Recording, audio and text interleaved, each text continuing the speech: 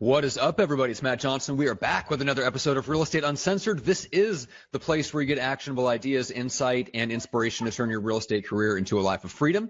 Sadly, our guest is not able to join us today. We're really bummed that he's not going to be here because he is awesome. Chris Lochhead, the author of Play Bigger and a new client of mine, the host of Legends and Losers podcast, was supposed to join us today to talk about personal category design and all things legendary. We're going to have him on in the very near future because the content that he has to share with us and what we can learn from him in the real estate industry and really just any kind of sales or entrepreneurship is going to be absolutely mind-blowing. But today, we're still going to blow minds, but we're going to do it by answering questions. And we're going to bring some content. We're going to answer your guys' questions. So, guys, if you're watching us live on Facebook right now, put them in the comments section. And Greg McDaniel, the Junior Grandmaster, is in the co-pilot seat where he so belongs, right in that office, in his blazer and his custom shirt. How are you today, Greg? Well, I had a rough start to the day, to be very honest with you. Had a blowout with someone very close to me, with me ending it with going, F you, hanging up the phone. And then I felt bad and I said an apology text. Man, you really need to have a better relationship with your mom. It wasn't her, but it was someone really close. Okay. Let's put it that way. But otherwise than that, dude, I went out, Patrick, one of our listeners, he invited me out to Berkeley, where he called me up. He's been working with these investors, and he's like, Greg, I want you to come out there and co-list these with me. I'm like, okay, what are we talking about? 3 brand new builds, all around $1.5 million. Winning. So look, what's the strategy for him? What's the incentive for him to co-list with you? Because Berkeley is how far away? 25 minutes, probably 25 to 30 minutes. Okay. Is where it's going to be. So the thing that he's co-listing with me is because we are a high listing team, and we're used to dealing in high-end markets. He's more or less, in the eyes of his client, is a buyer's agent. So for us coming in, he gets to keep a relationship with his clients, and then also be able to bring us in, and we can have the air quotes clout of a listing team, and he can learn and the client feels comfortable. And so we're getting together tomorrow to put a proposal together, what we're going to do. So, dude, Patrick, if you're watching, player, knuckles to you. Thank you very much for thinking of me. It's a true honor, my friend. Very cool. Yeah. So in other words, he's doing exactly what Patrick Lilly did to break into the upper end of the New York market. He, reached out to somebody, found somebody with the credibility that he didn't have, and asked them to co-list. And so that he could, have the credibility to take a listing that he might not have been able to get otherwise. Exactly right. I think that's probably an incredibly wise idea for any of the agents to do. Guys, if you're looking to get now business and get something that you need to do, here's a tip. Go talk to the top producer in your area that does majority listings. Go ask to handle all of their clients and give them a 50% referral fee. I mean, I don't know too many top producers that are not going to take a 50% referral fee and be able to, build a relationship and sit at the feet of these different people and learn. So I would definitely do it. Also, another good resource, dude. One of my friends, her nickname is JoJo. She's a divorce attorney, and her fiance hit me up. And today goes, hey, dude, I think I got a couple of referrals for you. I'm like, awesome, man. I can't wait to help your friends. She's like, no. They're all JoJo's clients going through divorces. And I'm like, oh, thank you, baby Jesus. I love it. There's a want, need, and a desire on the other end of that cell, man, and I am willing to help them. That is a very strong desire. A strong desire to get away from another human being. All right, so we've already got some questions rolling in. So let's take one right off the bat. And I know Arne has to run here, but she said she has a question. What do you say when you ask someone, when you're talking to an expired listing and you ask them, hey, where are you planning on moving when you sell? And they give you the answer, what does it matter? Well, they're just being dicks. I agree. God. Well, your response is going to be this, Arne. Matt, be a dick. Just say, where does it matter? Do your best. Be I was going to say, I thought you were just going to say, Matt, be you. But you missed that opportunity for a joke, so I made it for you. So I'm just going to be myself. Okay. I'm just going to be myself, and all right, role play with me. Let me put myself into my character as Johnson here. Hang on. Oh, that's funny. Oh my God. Okay, be a dick. Go. Be yourself. Own one's personality. All right. So what does it matter where I'm going to? You know what, Matt? I actually get asked that a lot. It's not that I'm trying to pry into where you're going to be going. Of course, that's your own business. I'm just actually connected to agents around the country that are top notch. I was asking asking so that I could maybe put you in the hands of a really good, smart, ethical, intelligent agent that could handle you on the other side. That's all. I mean, would that be something of interest? Would you want to work with a top agent in your future market? Yeah, I mean, we're not moving out of state or out of town, so that's Oh, you guys are going to stay in town? yeah, yeah. Oh, fantastic. Well, do you want to start looking at properties together? Okay, good. All right, and moving on from there. So you just asked me out on a mandate. I appreciate that, but that's good. All right, so leading with value.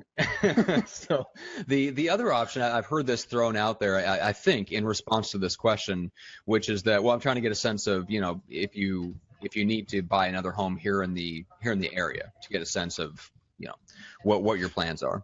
Right. I mean, typically, Right. I mean, if you're going to be, if you're going to be listing their house, there's a high probability they actually do like you.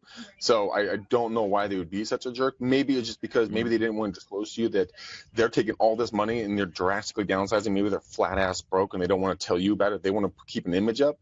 I mean, that's where you come in and you ask the 3 to 5 questions, additional, deeper, but very soft. Tread lightly on this.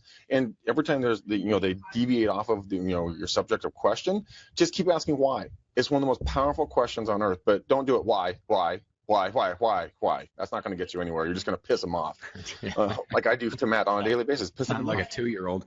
Why? God,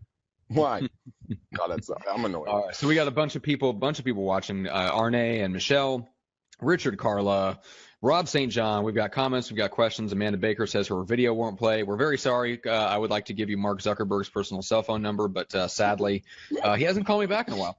What a dick. So I got a text from him earlier Rob St. today. John says, outside of the infamous Smart Zip, which Greg, please button up on that. What's the best services for farm mailings that are out there? Okay, first off, fuck Smart Zip. Fuck them till they're dead. Okay, step on them when they're drowning, cut their head off, and then shit down their neck. And that's the nice version of how I feel about them. They are complete and utter douchebags. They're crooks, and they tell fables that are not true. So that's the G-rated version. Wow. Man, I asked you to contain yourself, and I'm so glad that you did, because I know you can go a lot deeper than that. But anyway, so the mailing list. I know you use Corfact. Yeah. Kind of excited. Now, guys, we've done a whole episode about this. So we actually did an episode, a year ago, with Chris, the CEO of Corfact, where we went really deep on what Corfact can do and all this stuff. But Greg, just give us like a general overall sense. Holy cow, Chris is here. Or at least he's trying. But we'll keep on. We'll answer this question until Chris can join us. But I use Corfact, guys. The reason why I recommend Corfact is because they're a little bit more expensive than than like Everydoor Direct or something along those lines. But what they have on the back end is the ability to track when, let's say Matt Julian and his 3 obese little babies were going to come in, and we sent him a postcard in 2014, but he keeps checking his valuation, and they have a 5-star rating on the back end. So I know if Matt's in there. And it goes up from like a 1 to like a 3 or 1 to a 4. That's like he's really checking that evaluation. That means there's something has shifted on his end, and he really is thinking about moving. So I can pick up the call and be like, yo, what up, Matt? Hey, buddy, how's life? Yeah, hey, man, I got alerted that you're checking your value. Just wanted to quickly give you a ring, man. Is anything changing? You guys ready to get an evaluation? I mean, you can do a lot of things. Maybe don't use the script of, hey, I'm watching you like a stalker with a trench coat in the bushes kind of a thing. But you can definitely say something along the lines of, like, hey, just Matt, you popped on my mind, dude. Just wanted to catch up and check with you. How's life? What's new? How's 2017 treating you? What you guys doing anything new and interesting this year? So on and so forth. But that's the reason why I would use something along those lines. Just because we have people coming in since like, oh man, I think we started using them in like 2010 or 2011, and we still have people coming back every single month, hundreds of them that check their value or get an updated value that we get to ping them. I send them outbound email, touching base with them. It's just that's why I highly recommend them. But it looks like Chris is here, dude. I think so. Chris, can you hear us? I can hear you great. Can you hear me? Loud and clear. Welcome to the show, man. Thanks so much. We weren't sure you're going to be able to hop on, but better late than never, right? I was doing my job. I was on Conscious Millionaire, and we ran a little bit over because we had, to quote JV, a radical time. Yes, JV is good people. All right, so yeah, so I gave you when we're in the intro to the show, I mentioned kind of who you are and that we're thinking we're gonna have to get you back on another time. I see that you have your official Legends and Losers gear, which, by the way, as the producer of the show, I still do not have a T-shirt. I should be wearing that instead of this T-shirt. But anyway, I'm fired for not getting you on, but I will rectify the situation with the overnight courier. Chris, can you do something for me? I've been trying to get Matt to wear one of the Real Estate Uncensored shirts for 2 years, but he seems to have had a change of heart, and I want to thank you for that. So thank you, good sir. You're very welcome. Greg, you wanted me to wear our own podcast shirt to our own speaking engagement. I'm like, it's a little on the, anyway. Don't you dare go there, Johnson. All right. So, Chris, give everybody a sense of kind of who you are and what a little bit of your background is. I mentioned that you're the co-author of Play Bigger, and we're going to dive into the concepts and stuff like that. But you're obviously retired now. What was the thing you most recently retired from? I was a partner in a coaching firm called Play Bigger Advisors with two good buddies of mine. And so I was a coach for the better part of 10 years. Prior, I was a player for 20 years. And so I hung up my coach's jersey last year. Yeah. I'm only on chapter 5. I haven't found out that you stepped out of your book. Now the ending is totally bogus. Dang it! By the way, guys, this book, Play Bigger, is epic. It'll change the way you think about stuff to the point where you didn't even know you were supposed to be thinking this direction. But once you start thinking this direction, you'll never think about it the way you used to. So, Chris, thank you, Greg. Really enjoying it. No joke. I love it. Thank you, buddy. Thank you so much. Yeah. And just because you're being modest, you're also a former 3-time CMO. You've exited 3 times. I mean, the companies you've been involved in as a direct result of the work that you did that led to the ideas that went into Play Bigger. I mean, we're talking about billion with a B, $1 billion sales to major players in the Silicon Valley space. And so I want to give people a sense of your background. So the book Play Bigger is all about category design. We want to bring it down to kind of the personal level of category design and explain real quick the difference just between big E and small E entrepreneur. Great question. So I started my life as a small E entrepreneur. I got thrown out of school at 18 for being stupid. Yeah, really. You collect enough F's and C's, and sooner or later they say, "Hey, you can't freaking keep coming back here." You can't claim to go to school here if you're never here. You're just kidding. I found out at 21 that I was dyslexic, but that's a whole other conversation, and we can have it if you like. And so at 18, with very little options, I was working a manual labor job. A buddy of mine said, "Hey, let's start a company in the computer business." And I didn't know anything about technology, but he convinced me that would be a smart thing to do, and that's what I did. And so I started my business life with my buddy Jack, the Yellow Pages, for those of you who remember the Yellow Pages, a phone, and a shitty Samsung clone computer. And that was it. I started telemarketing and started to build our first company. You know what, Chris, you and I have a lot in similarity there. I am dyslexic and ADHD as well, and I have 2 years of attending college, which means I partied and slept through class. Got out of high school. You didn't happen to meet any nice ladies or anything while you were there, did you? No. I would never meet a nice lady doing that. Yeah. And my first sales job was almost the same. I was selling Nextel cell phones by hand through the Yellow Pages. Yep. I know your pain, man. That is hard grinding work. That is hard. Yes. So we got a lot. There is hope for me, and I'm glad to hear this. So that's what a small E entrepreneur. Small E entrepreneur. Yeah. So that's what a small E entrepreneur is. Somebody like us. And I would say that for a lot of small E entrepreneurs, Matt, entrepreneurship is, if you will, not a way up, but a way out. For me, entrepreneurship in a very, very real way. There's nothing theoretical about being an entrepreneur for me. It was either a life of struggle or doing something that I had the opportunity to fulfill my potential.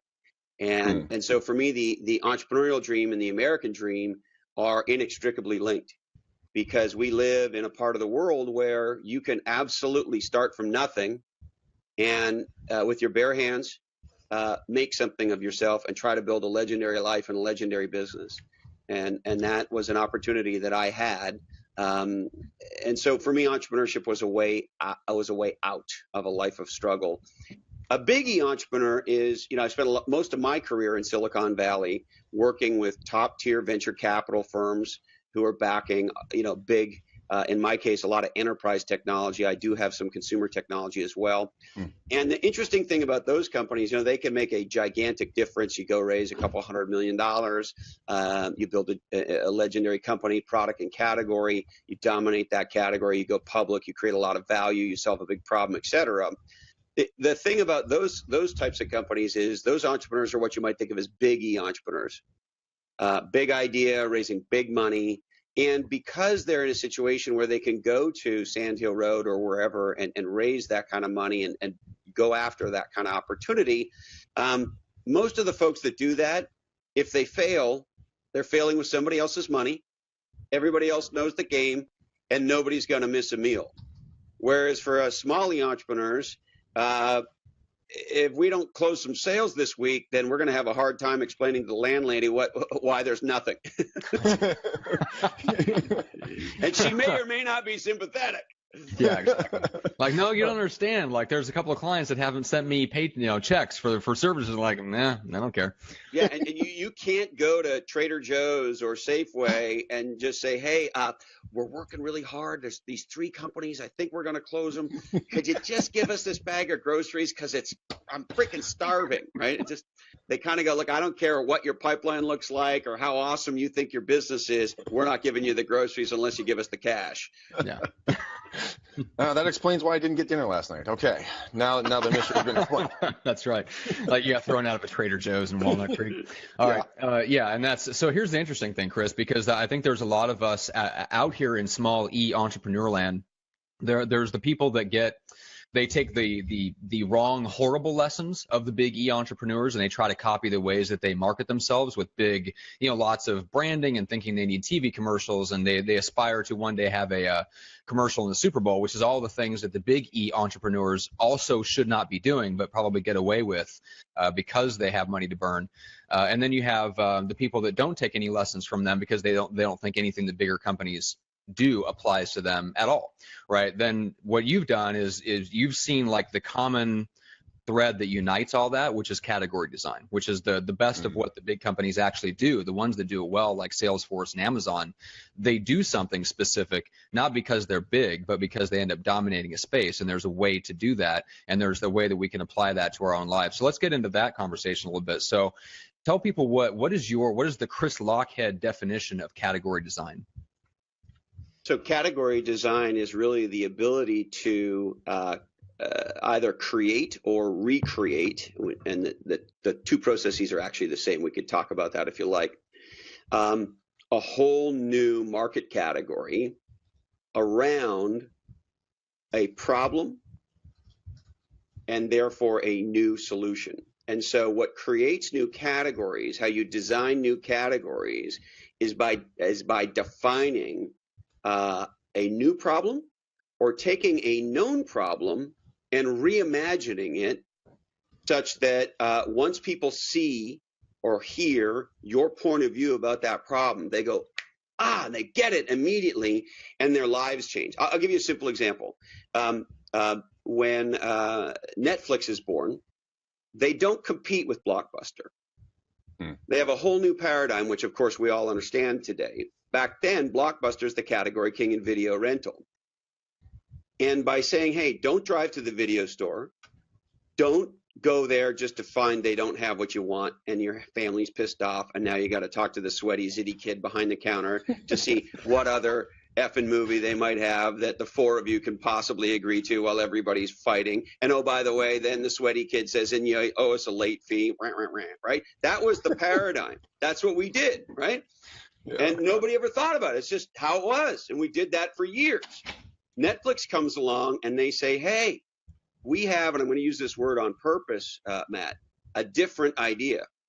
Go to a website, type in all the movies that you like, and we'll send them to you in your mailbox. Okay. And so they reimagine the problem called home video around a whole new solution. And by reimagining the problem, the minute we understand that, we go, I'm never driving to Blockbuster again. I never want to see that Zitty kid again. and so literally they make the category move. They move the category from the way it at the time is to the way Reed Hastings and the rest of the folks at Netflix want it to be. And it's only when we accept the category designers' new point of view about how the world should work, do we actually accept their product or service. And so every service and product that we all love exists because a legendary innovator built a product or service, a company, and a category at the same time. So in real estate, it's always been done the same way. And I think that a lot of people are out there trying to break the mold. They're like, I'm special, I'm different. But you talk also in your book, there's either category kings, which you dominate that new category, or you're the, Me Too's. Like, ooh, I'm here too. I think a lot of the agents are part of the Me Too crew because they've never identified the true problem, that they can solve maybe in their market or maybe in the industry. There are three questions, I believe Dave, Dave's three questions that, helped identify, how people could, find a problem and then find a solution and create a category and then dominate it. How would a real estate agent go about that? Great question.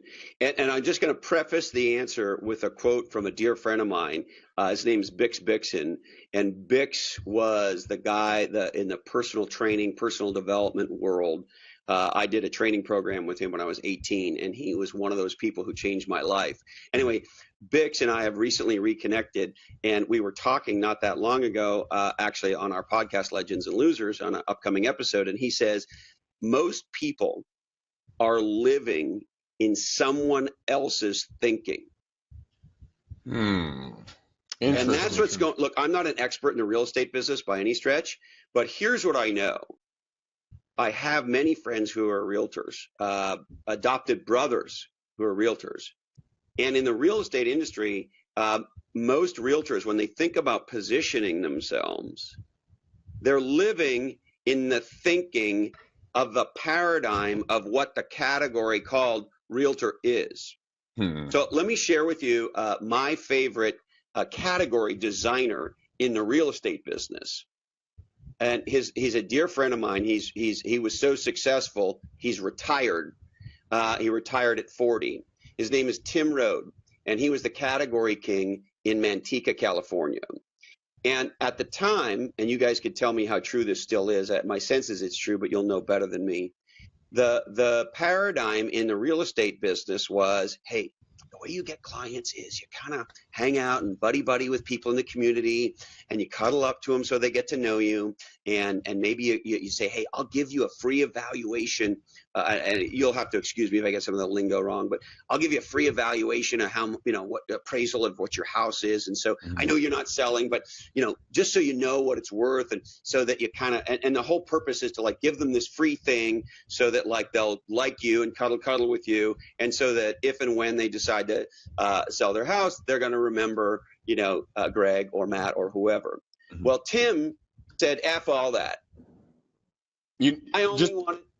Just so you know, Chris, this is a Real Estate Uncensored, so unleash it if you want to. Oh, good. I wasn't quite sure.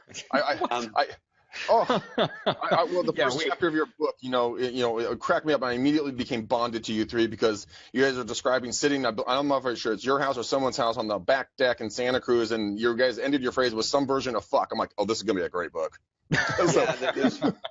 There's a lot of fucking going on if you hang around with me.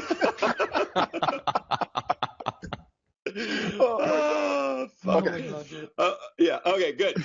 So Tim says, fuck all that. I am not running around begging people to maybe think about listing their house in 5 years and hoping that they're going to remember. I'm not doing any of that shit. I want to deal with serious clients who want to sell their house right the fuck now. I also want to deal with clients who are not kidding. In other words, you guys know better than me. There's a lot of clients who, let's say the realistic number for their house is, $800,000 based on the realtor's expertise. You just know this is an $800,000 house. And the client's saying, no, I want $1 million. Tim didn't want to deal with any of those idiots. I'm going to tell you what it's worth. We're going to sell it in 3 days. And if you're not serious, don't fucking call me. That was his paradigm. So here's how he created himself by differentiating himself to become a category king. His point of view, his mantra was call Tim Rhode and start packing. I love it. And he ran these crazy, zany television ads. I think my favorite one is he's standing there with a suit and a briefcase, and he's kind of giving his pitch, and he's actually on a bridge, a bungee jumping bridge. And he sort of says, and I'm jumping at the chance to sell your house. And he jumps off the bridge, and as he's jumping, he screams, call Tim Rhode and start packing. Right? I love this. And so, he's fucking unbelievable.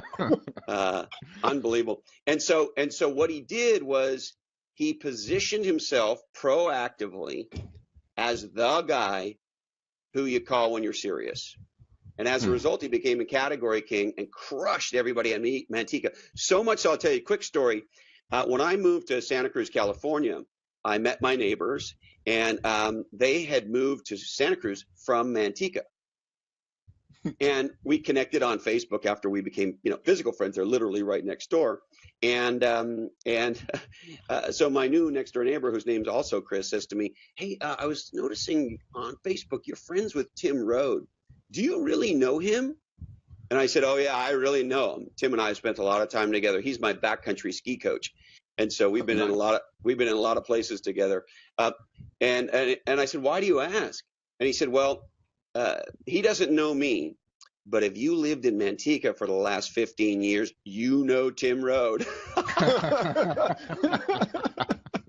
And in Manteca, man, we're talking Central Valley. We're not talking $100 million homes. We're talking 200,000, 300,000 on a good day on some of the properties. Yeah, and I could look it up if you care, but I know that he sold 2,500 houses.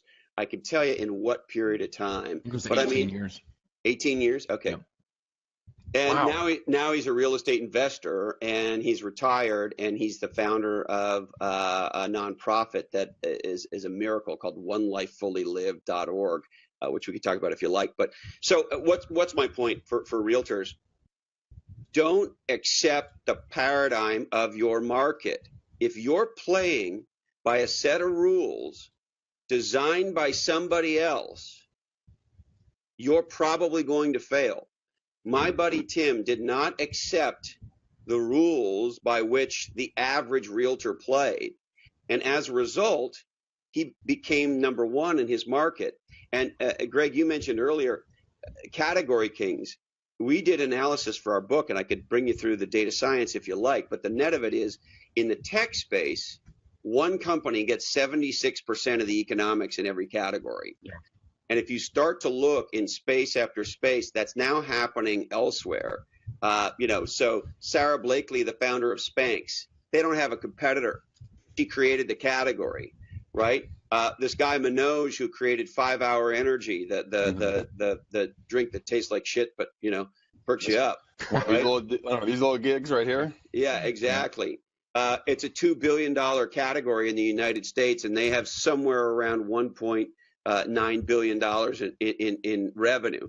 And so you can look at market after market, but there's this winner-take-all dynamic that's starting to happen in almost every space. And you might be sitting there going, oh, Lockhead, you don't know shit about real estate, and that's not happening here. There's 5 billion realtors in my market, and a lot of them do really well. And so this category king thing is just not real. Okay. That's what taxi drivers used to fucking think too.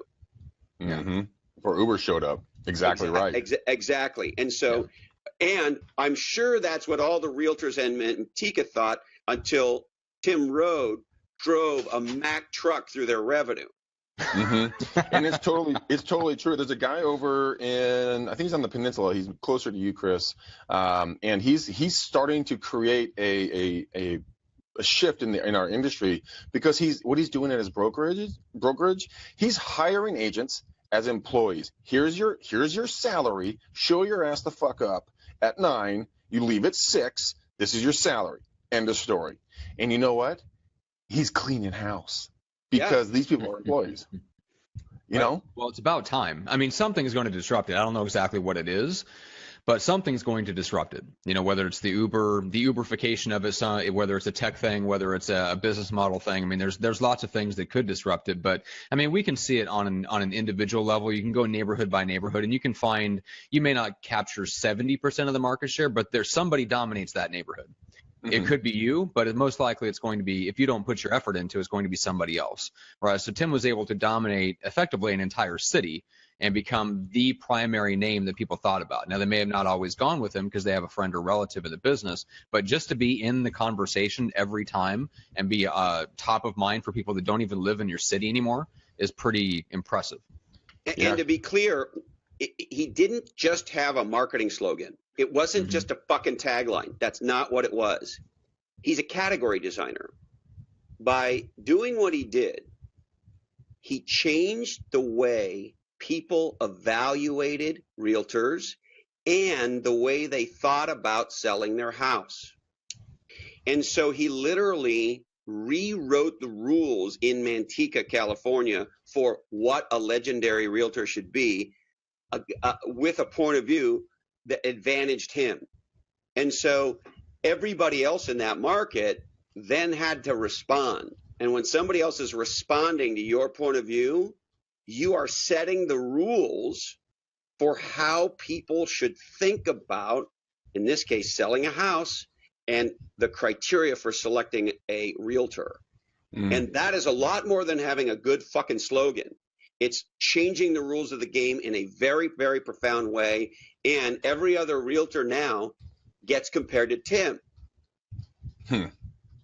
You know, I'm just going through this. I'm writing notes on this right now because there's a lot of things that are coming to my mind. I mean, when Tim did this, he was running TV ads. They were expensive. He was taking print ads out. He's probably doing a lot of different stuff.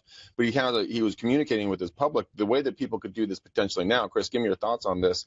I mean, we have Facebook Live, we have Periscope, we have Insta Live, we have Snapchat, we have all these different free platforms where you could go out and blow up your market. Do a live. And then take stats, you know, do have a tagline, but talk about why you're different than everybody else. You know what? When you list with the McDaniel Callahan team, you're going to close your house for 96.7% of the listing price, or on average, and that's a running average of 35 years. So where do you think you're going to stand? We don't bullshit price, we real price. Call the McDaniel team, you know, Callahan, to sell your home today. You know, you got to be edgy. Everybody's so fucking PC. Like, oh, hi, Betsy, good to see ya. God, she's a bitch. Okay. Yeah. You know, but if people want to take the gloves off and do something aggressive and different and out of the box, like Tim did, it scares people. Well, here's the thing that people need to be clear about, which is positioning yourself, and category design is actually more about who we're not for than who we're for.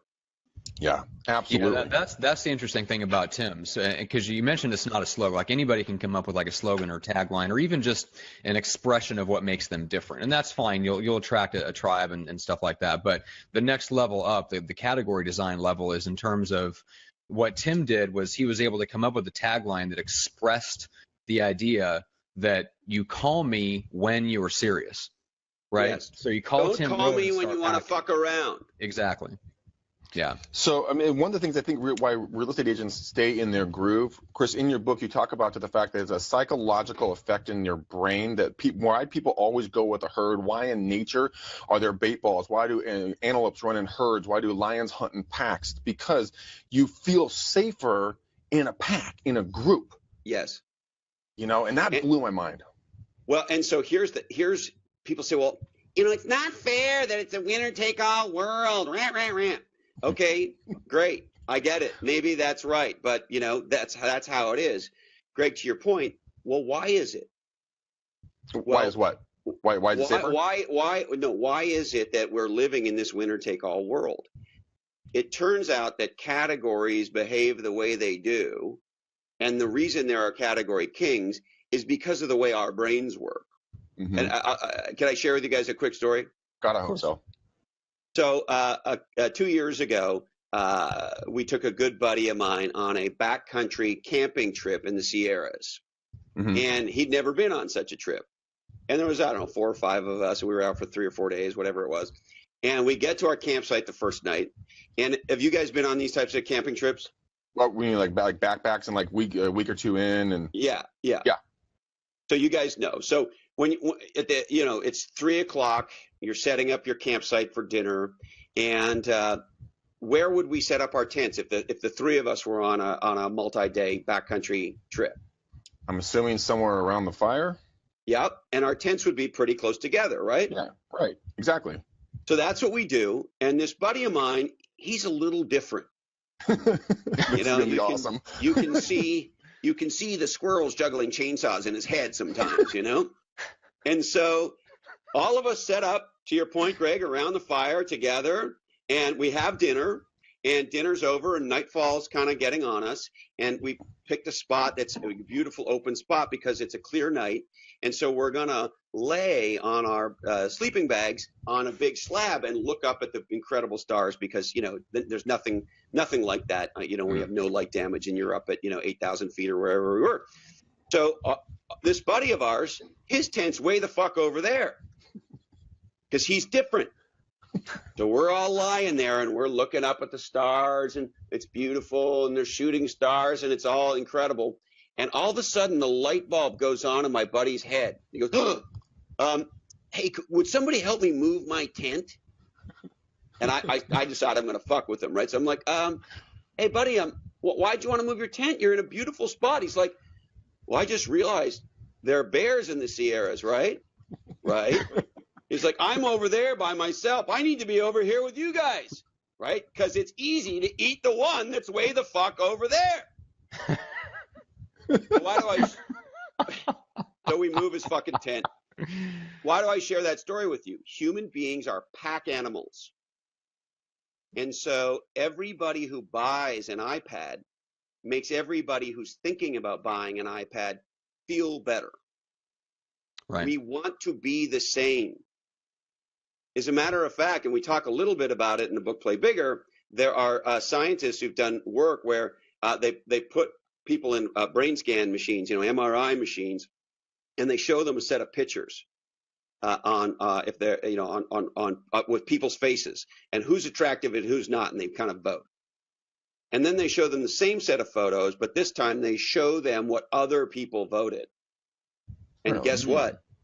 People change their fucking vote when they understand what other people did. Huh. That's interesting. That's what human beings do. We want to be like each other. We do not want to be outliers. Why? Because our primordial self knows that if you're an outlier, just like my buddy on the camping trip, you're going to get eaten first. Not a good turnout. And so if you have reimagined, redesigned the category of realtor in your local geography, and you've set a new set of rules for how people should think about selling a home and therefore selecting a realtor, and you're the one that people look to for that, and I'm going to use this on purpose, thought leadership about that, then you become the category king by definition, and everyone else gets compared to you. And the problem, there's a compounding power of the category king.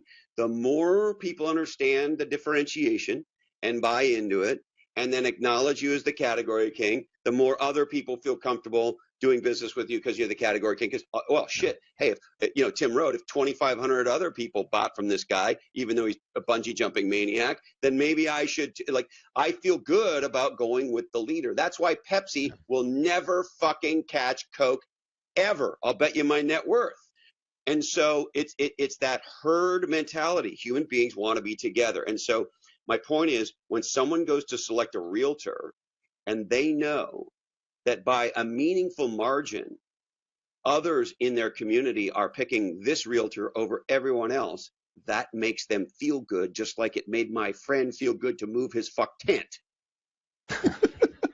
I think that's totally, completely true. I think that, once people get around this, and I'm taking notes as we go here, people, when they have thought leadership, when they actually have an original thought, something that I do a lot of is video. I'm going Facebook Live 2 times a day, 3 days a week, right?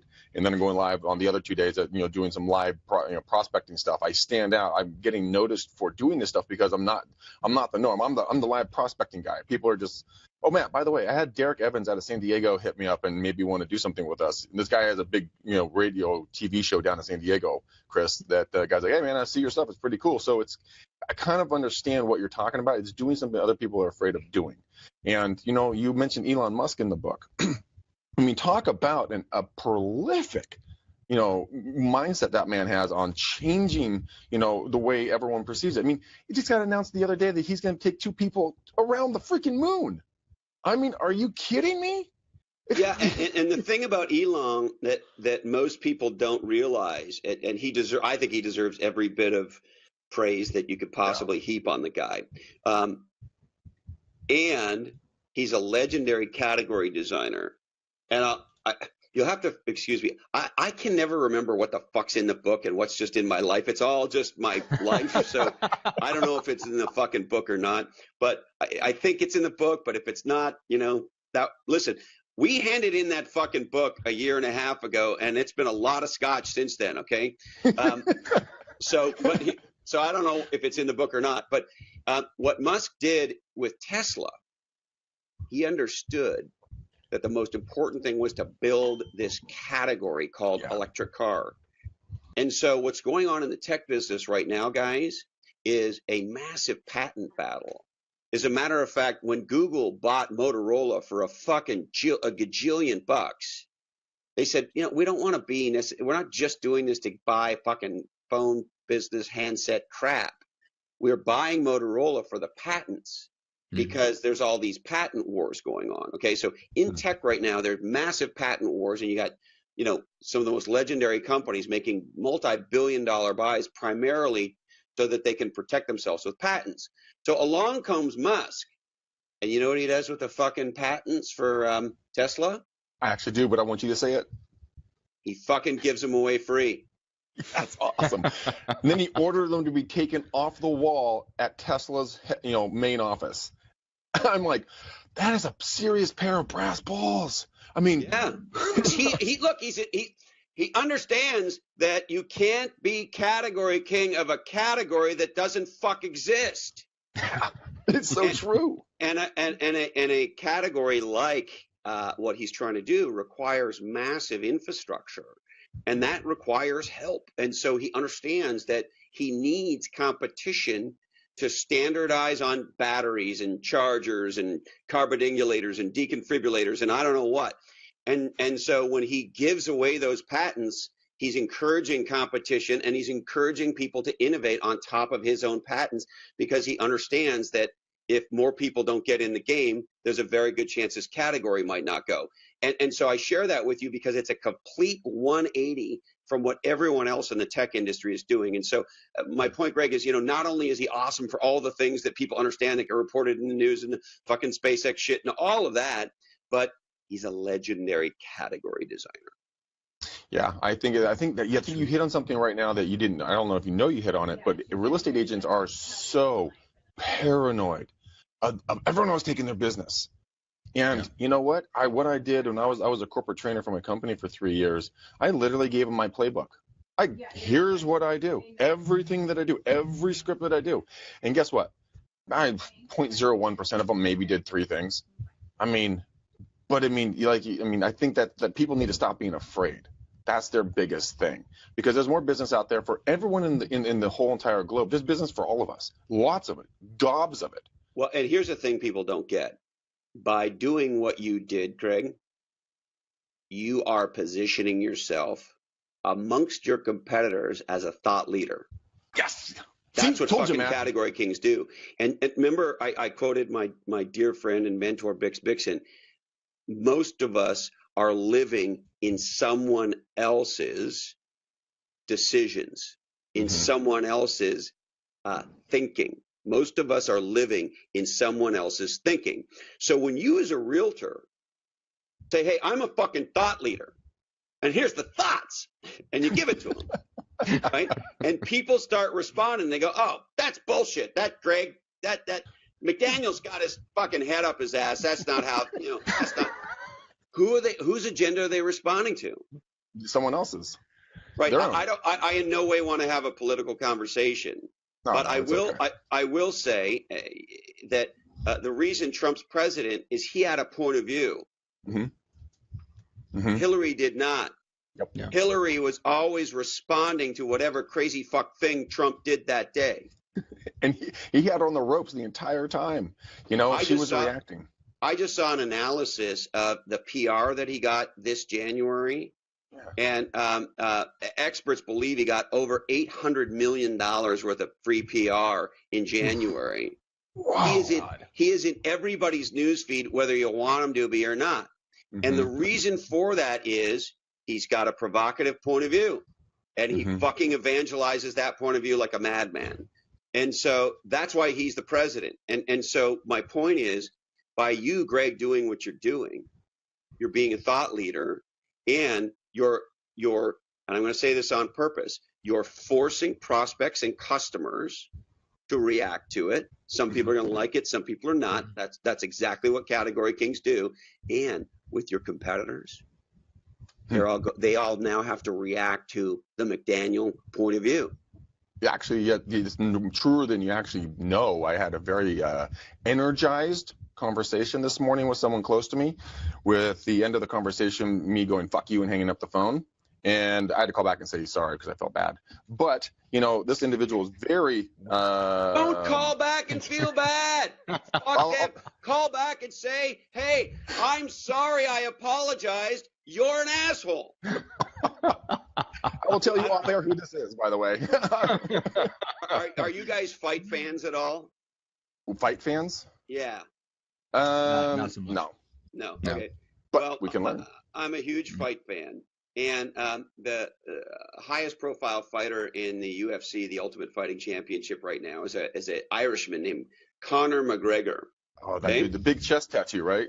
Yeah, the big on his chest. And he recently became the first fighter in UFC history to simultaneously hold two belts. Wow. Okay. And when he's standing in the middle of the octagon, two belts, one on either shoulder, and then he's got that big freaking crazy, I think it's a gorilla, that giant tattoo with a king and he's got a crown, and the crown comes up his neck, and he's standing there. So he's got these two freaking belts on his shoulders, and Joe Rogan, the commentator, is interviewing him, and he says, and I'm paraphrasing, he says something like, now that I've won these two belts, I just want to say I have trash talked and bad mouthed almost every single fighter in the UFC, and I just want to say that I apologize to absolutely fucking nobody. That is awesome. That is awesome. But they now are selling T-shirts that say "Apologize to Nobody." Now I'll tell you later who it was. God. But I think it's totally true. But the thing is, what I was getting to is that I am definitely ruffling feathers. My two teammates right here get to listen to me do it all the time, and they totally agree. But it's something that people don't do. They don't say the F-bomb. They don't do live stuff. They don't give away their stuff for free. Matt and I are changing an aspect of real estate by doing the exact same thing. Turning it on its head. But people have to be like you say in your book, and I know there's been a lot of Scots, but it was in your book, that, you've got to have, you have to have the balls essentially to step out from the herd. You've got to be willing to do something, the antithesis of what the norm is, and just go for it, balls to the walls. But the other thing I'll tell you about the services business, and it's true whether it's real estate or any other services business, if you want to be the dominant and particular the high-end player, the gal or guy that gets not just the revenue but the margins, differentiation matters, and the way you differentiate is on the type of clients. And I like to call this Studio 54 marketing. When Studio 54, the famous bar in New York, opened, it was just a piece of shit bar in a piece of shit building, okay? But I forget his name now. It'll come to me as soon as we get off the podcast. I think it's Steve. Anyway, one of the owners stood out the front of the bar and they put a velvet rope, and people would go by and there was no fucking sign. They would go by and they'd see a velvet rope. And so people would go, what's going on in there? And they'd come and ask him, what's going on there? And he'd say, oh, you can't come in here. It's a very hot new bar, Studio 54, but it's not open to everyone. You can't come in here. It's not for you. It's not for you. And then this line would start to form, because when you tell people they can't have it, they lose their fuck minds, right? Yeah. And now there's this line, and this guy, Steve, would stand there and go, okay, you with the nice whatevers, you're allowed in. And you next to her shoes with the nice shoes, yeah. You with the great shoes, you come in. You're a loser. No.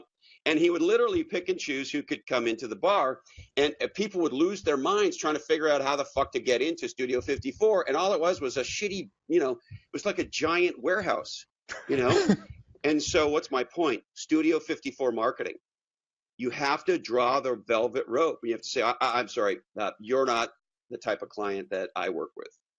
Yeah, that is now, there so was something true. that you touched on very, very.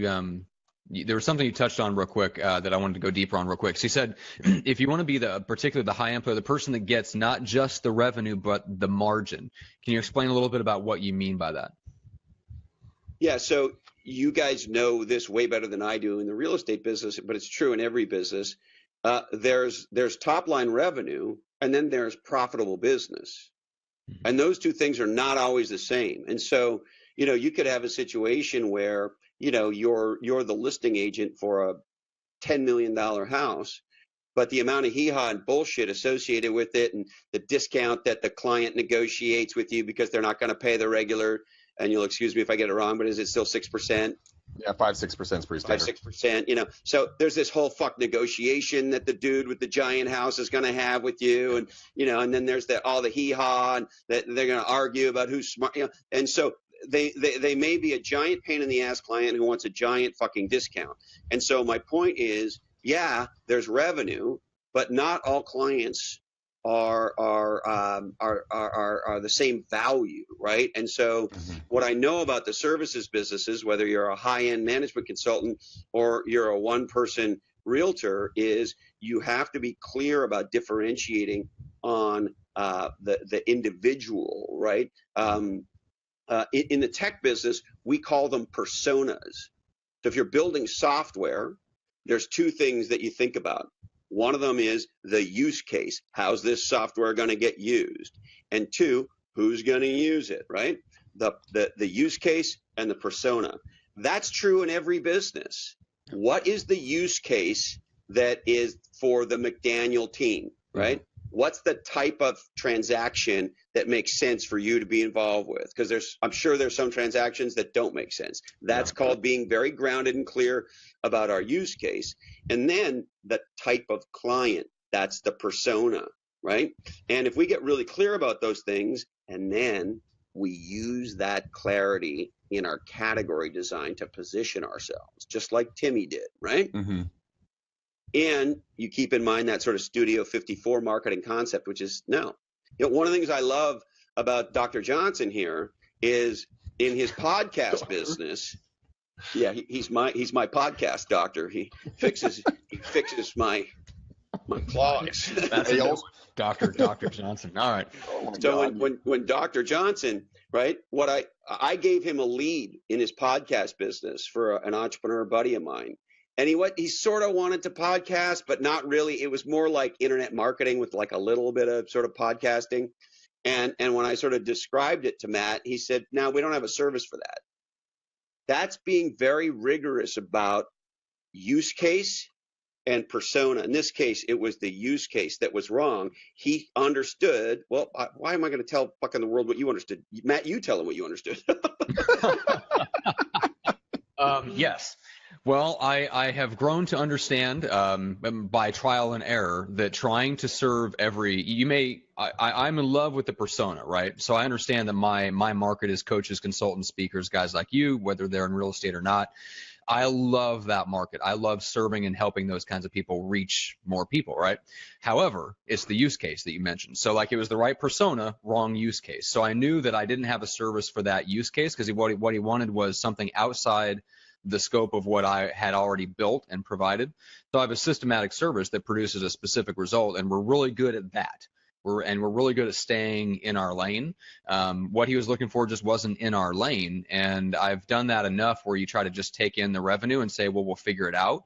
And I've made enough mistakes to know that that's not a good idea. So I've gotten much more clear and better at staying in my lane.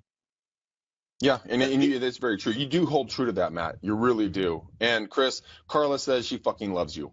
Quote. Well, Carla, I fucking love you too. And the love doesn't have to stop there, because I wanted to point out, so Chris, you've mentioned Tim Rode a lot. So his episode just hit iTunes yesterday, his episode of Legends and Losers, where he goes into the story of how he became the #1 agent in his market. So guys, go check that out. That's on iTunes. Go to iTunes, search for Legends and Losers, pull up the podcast app on your phone, just like Greg has there. Seriously, it's a really phenomenal episode. I wrote up the show notes myself, so I just listened to it the other day after Chris, you sent it in, and it's an amazing conversation. Tim is a really awesome guy. I've had the chance to meet him. I met him in Tahoe, actually, but I didn't get a chance to spend any time with him. But that guy is magnetic. I mean, he is. You guys should have him. You guys should have him on this show too. I know, we need to. Yeah, absolutely. Yeah. I mean, because if you want to hook us up with Timmy, that would be amazing. And guys, you guys got to go buy this book. You absolutely have to go buy this book. And I've just met Chris, but I've been getting to know him with not being a creeper, but just by reading the book. And you're gonna get to know so much stuff. And there's no way we haven't even scratched the surface on stuff. And Matt is way further ahead in it. And he was talking about lightning strikes and a lot of these other different things that we're putting into another business of ours that we're growing. And it's just. It's going to make you stand out. If you're a new agent or if you're a veteran agent trying to, distinguish yourself between all these millennials using all this technology mumbo jumbo, take a look at it, right? Take notes, really dive deep on this. Ask yourself, well, before we get off this, Chris, we've got to go through his first 3 questions. What are the questions that Dave always asks all the people? That will change the game for them. Yeah. So this is a great topic. Thanks, Greg. So the 3 magic questions around category design is, what problem do I solve? And the languaging around the problem really matters. So we'll go back and talk about all these 3 things because there's a lot to unpack. What problem do I solve? 2, if I solve that problem, what category am I in? So if my solution solves that problem perfectly, what category am I in? And number 3, if I solve that problem, how valuable is my company or my real estate business? Because as you know, many realtors sell their practices at the end of their career. And there's a big swing in the values of those practices, right? And I know some of the numbers. It's not up to me to share them, but Tim's practice was worth a shit ton when he retired, right? And most realtors in Manteca didn't retire; they got fucked. Yes, they did. They got run over by the Mack truck that is Tim Rode. Well, and I'll tell you, you only have to get smashed by a category king once in your career to say. To quote the Big Lebowski, "This aggression will not stand, man." I can't believe you just quoted Big Lebowski. One of my favorite quotes in that entire movie is he's holding a bowling ball, and above him he's obviously you're not a golfer. Yeah, that's just boom. The other one I love is when he's holding the White Russian in his hand, and they throw him into the back of the limo. And rather than saying, hey, you just kidnapped my ass, or where the fuck are we going, or what, as he goes to the back of the limo, what does he say, Greg? He's like, hey, man. Or, God, what is he? Oh, I'm not the wrong Lebowski or something? Or No, he says, hey, man. And he's holding his White Russian. Careful, there's a beverage here. I haven't seen that movie. You got to have priorities in life. I have got to go back and watch that movie ASAP. That is such a funny movie. Study the Big Lebowski. You don't need to go to college. Study the Big Lebowski. He does come out a winner. So, I mean, you can't hate on the guy. Oh, my Lord. Matt, we are nearly at bingo on this. I just want to let you know. Caitlin would like us to keep going, but sadly we cannot. She says, don't end the live feed. Talk forever. Chris is awesome. There's a lot of people on Facebook right now that feel the same way. So, guys, if you want more of Chris, Caitlin. very, very easy. Go over to iTunes, subscribe to Legends and Losers. There's already quite a few episodes up there. I mean, got interviews with Shaku Atre and Dushku. I mean, there's some incredible episodes up there, and more to come. So, Chris, one of the episodes that comes out later this week is Mike Maples. Tell people who he is. Yeah, so stoked that we could have him on Legends and Losers, Matt. I've known Mike for about 15 years or so, and he, according to Forbes, is one of the top 20 venture capital investors on planet Earth. And he's invested in Twitter and a whole ton of giant companies. And on the show, Mike shares many things, but one of the things he shares is he believes the fundamental context of our economy has done a 180, and that everything that we think about, the way we think about the economy and how it works, is wrong today. And I can summarize the concept very quickly for you. Yeah. If you know anything about economics at all, and I'm not an expert, but the premise of economics is pretty simple. It's based on a scarcity paradigm. There are only so many bananas in the world, and so I compete for bananas, right? And so that's what there's scarcity and supply and demand. Adam Smith. That's how the economy works, right? And that's how the stock market works. I have a stock. I have it for $20. You want to buy it? If you agree to buy it for $21, I agree to sell it to you, right? It's called a marketplace. It's called commerce. But it's all predicated on a scarcity model. There's only so much of a certain kind of commodity or resource, and based on the demand, the price goes up, and based on the supply, et cetera. Everybody understands that basic. So here's what Mike says. That's not true anymore. Really? How so? What he believes is going on is that it is no longer about capturing market share from a scarcity point of view, that technology is actually creating abundance. And really? So, yeah, I mean, think about content. Think about what we're doing right now, right? You could argue back in the old days when there were 3 TV networks, NBC, CBS, and ABC, you could argue, if you're an advertiser, there's a scarcity of advertising on television to get to your audience. And therefore, 3 companies have massive pricing power, because if you want to get to a large scale audience, you got to go through their gate. And that's in a scarcity model. Well, what's happened with technology? I'll tell you what's happened. The #1 show on NBC in January was The Celebrity Apprentice. Oh, my God. With Arnold Schwarzenegger. Okay? And according to Nielsen, approximately 5 million people watched that show. About 3 or 4 weeks ago on Joe Rogan's podcast, he had Gary Vaynerchuk on. And if you go listen to that episode, it gets kind of funny because, Gary's a big deal on social media, as you probably know, and in podcasting. And they do a little bit of a dick measuring contest, to sort of see who's the bigger sort of social media hoo-ha. And on the show, Rogan says he has 95 million downloads a month. Oh, my God. Now, let's unpack this, Greg. He does approximately 3 shows a week. And a lot of his shows, and I'm a fan, so don't, to quote Archie Bunker, misconstrue what I'm about to say.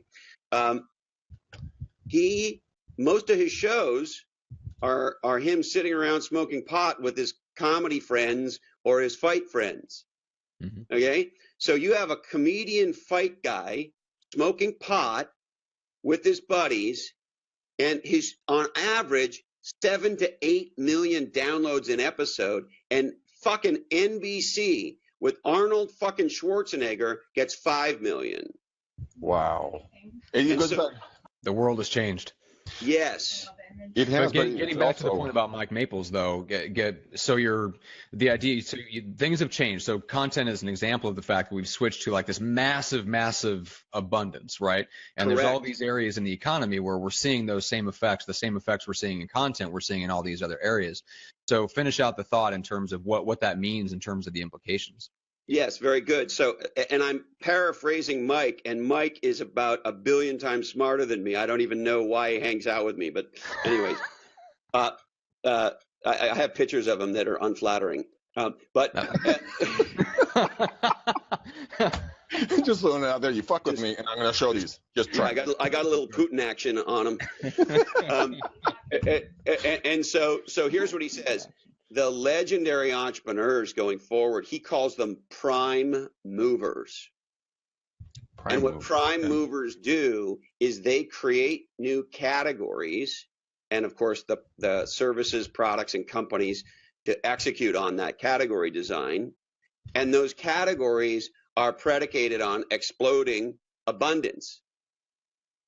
Interesting.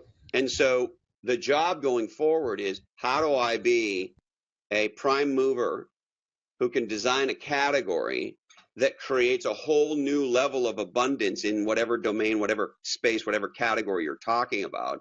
And then as that abundance explodes, I position myself as the category king, and I take a massively unfair share, 76% according to the data science, of the economics in that exploding new category.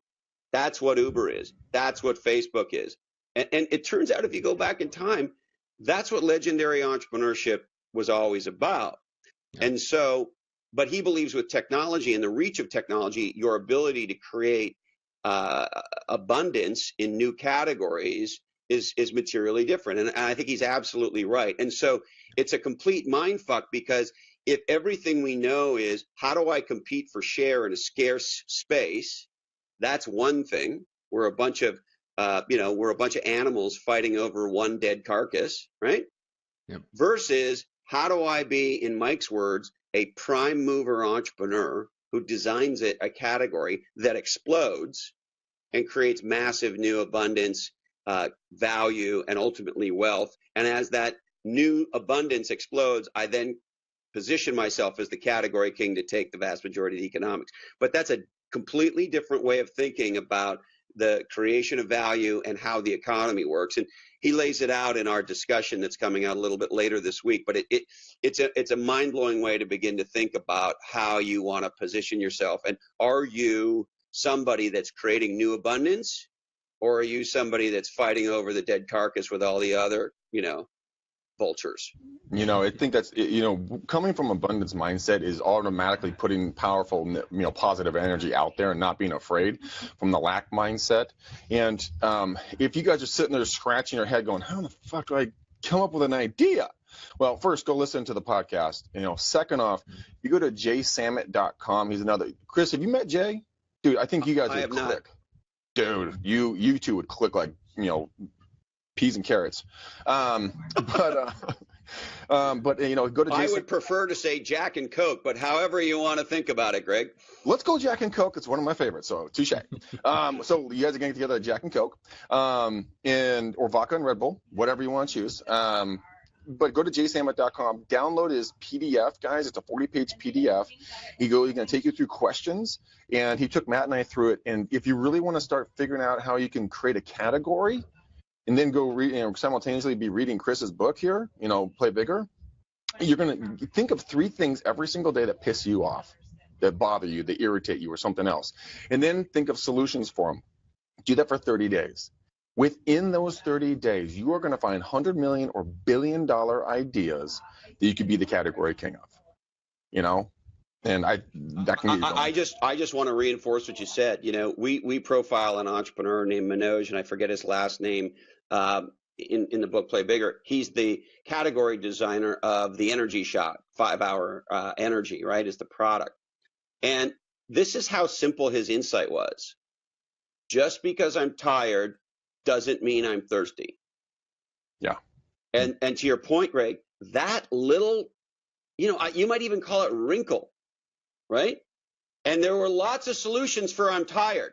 Coffee and Red Bull and Monster and all kinds of stuff, right? He reimagined the problem, but he said, I don't want to drink a giant fucking can of yuck. So right? true. I just want to drink a tiny can of yuck. That's bullshit. That's right. As little as possible. But to your point, that one was sitting underneath how many, who knows, thousands of people's nose, right? It was right there. And to just put a fine point on it, they're the only company in history to have 5 products, 5 SKUs at the Walmart checkout. Really? The Walmart checkout, the Walmart cash register is arguably the most important piece of real estate in the physical retail world. And they got 5 fucking products sitting right there, right? What they did in creating the energy shot category and the 5-hour energy category King brand is unbelievable. And it all starts with that simple insight. Just because I'm tired doesn't mean I'm thirsty. And so I can't underscore what you said enough. Yeah, guys, this is, I mean, Chris, if you'll be, would love to get you back on here, man, because I think that a lot of the people that are listening to this, their heads just, I heard a little all over the country. They went from, what would we call it, plums to prunes. Like just they're having a rough day because they can't understand it. They don't grasp it. Like I didn't grasp it until I got into your book deeper and deeper. And then when you get it, it's epic. It's truly, it's a life-changing mind. It's a life-changing for yourself and for your future selves, your kids, your grandkids, and everything else. If you're willing to sit your fat ass the fuck down and write some shit on a piece of paper using a prehistoric thing called a pen. I mean, Chris, you and I remember pens. Matt doesn't really remember pens. He's a millennial. It's okay. Whatever. You're 3 years older than me. Shut up. All right, guys. We got to wrap this one up, Chris. We really appreciate you being here and sharing everything. And guys, seriously, go out and get the book. Subscribe to the podcast, Legends and Losers. Go over and get that on iTunes. And yeah, Chris, we got to get you back on and go deeper into some of the other stuff like lightning strikes and the point of view. We didn't even really dive into what a point of view is, how to formulate one. And that's we can dive so deep on some of the stuff that you talk about. But guys, in the meantime, we've got our next live training class coming up next month. Go to Rockstar Prospecting, check that out. We don't have time to tell you anything more about it. That's about it. You should just go check it out right now. You don't need to know anything more than that, other than it's all about how to grow your real estate business. Go check it out at rockstarprospecting.com. Make sure to follow Greg on Facebook. Yes. You can also find me. I am Pursuing Results. We are very easy to find on Facebook and Instagram. Find us there, guys. And until next time, we've got on Friday coming up, it's me and Greg. We're talking about what to do in your first 90 days in the business, guys. So if you or someone you know is just new or getting into the business, we have a lot of people that listen to the show or find us on YouTube that they actually find us before they even get their license, and they hit the ground having no clue. They are a newborn infant expected to run. That is the sad truth of real estate. So if that's you or someone that you know and care about, get them to watch the show on Friday. That's 11 a.m. Pacific. Until then, guys, thank you so much for watching. We love you guys. Peace out, ninjas.